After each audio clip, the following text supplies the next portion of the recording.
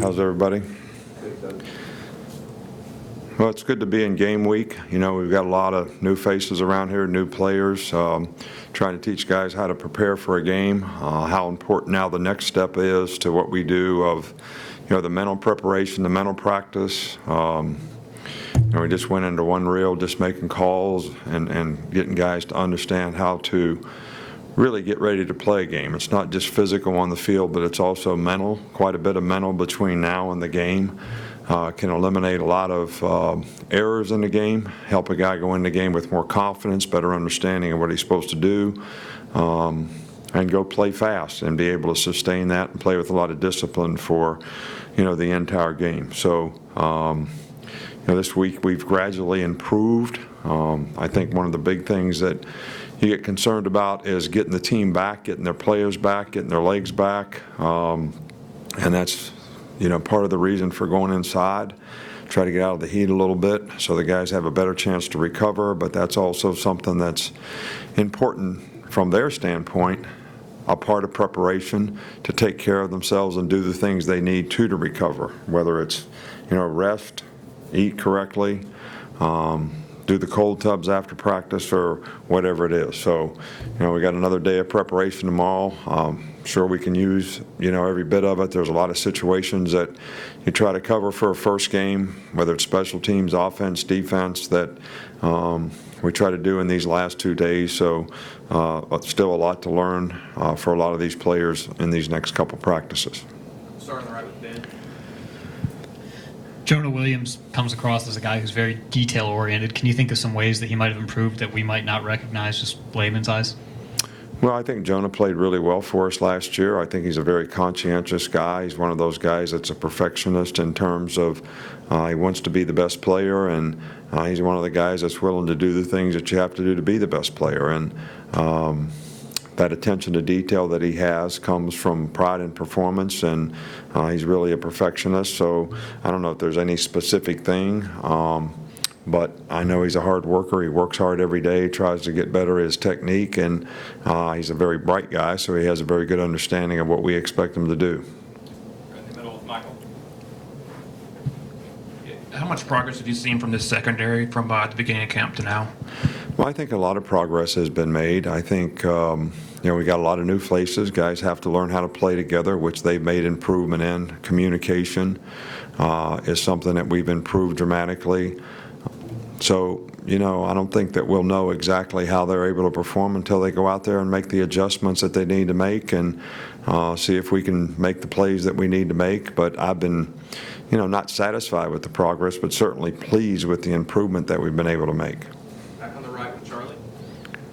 I know back in the spring it was just for emergency purposes, but how much do you think that practicing at corner can benefit a guy like Devontae Smith and maybe take his game to the next level? Well, he hadn't done it all fall camp. You know, we did it for emergency purposes, just so that he had enough knowledge and experience that if we got in trouble with that position, he could go over there and play it. We've done it in the past with, you know, some other guys here, and I think understanding coverages, understanding how people play probably can help you at his position at receiver as well. So he did a really good job of it, and I think that if we needed him in a pinch, we could get him ready to play, and he could actually be pretty effective doing it. Back to Cecil.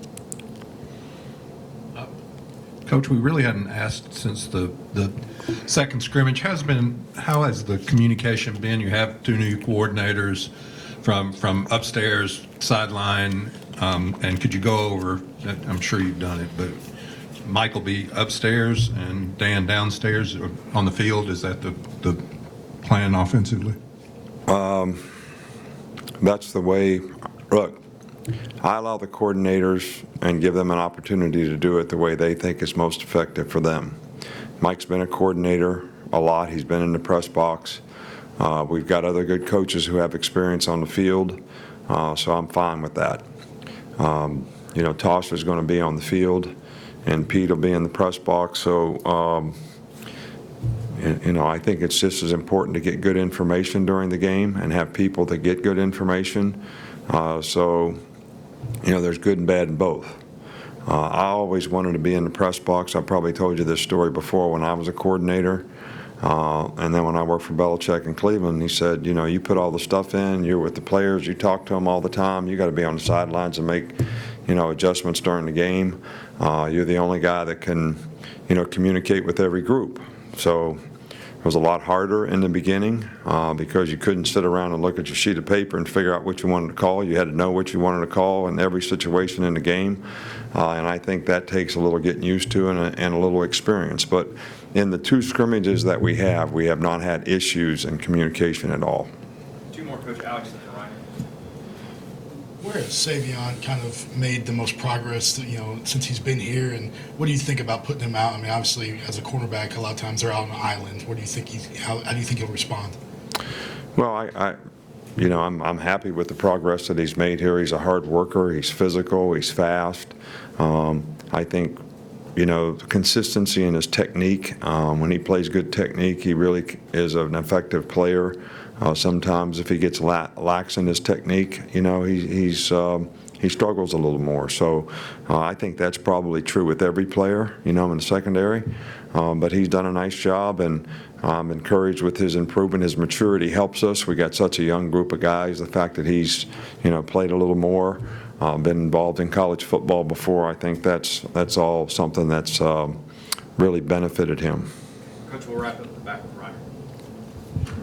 Hale mentioned yesterday that that Dan Enos has been, you know, kind of helpful with the tight ends and some of the concepts he's brought from Arkansas. Can you talk about his ability to get tight ends involved in the passing game? I know he's the quarterback's coach, but some of the concepts that he brought in from Arkansas.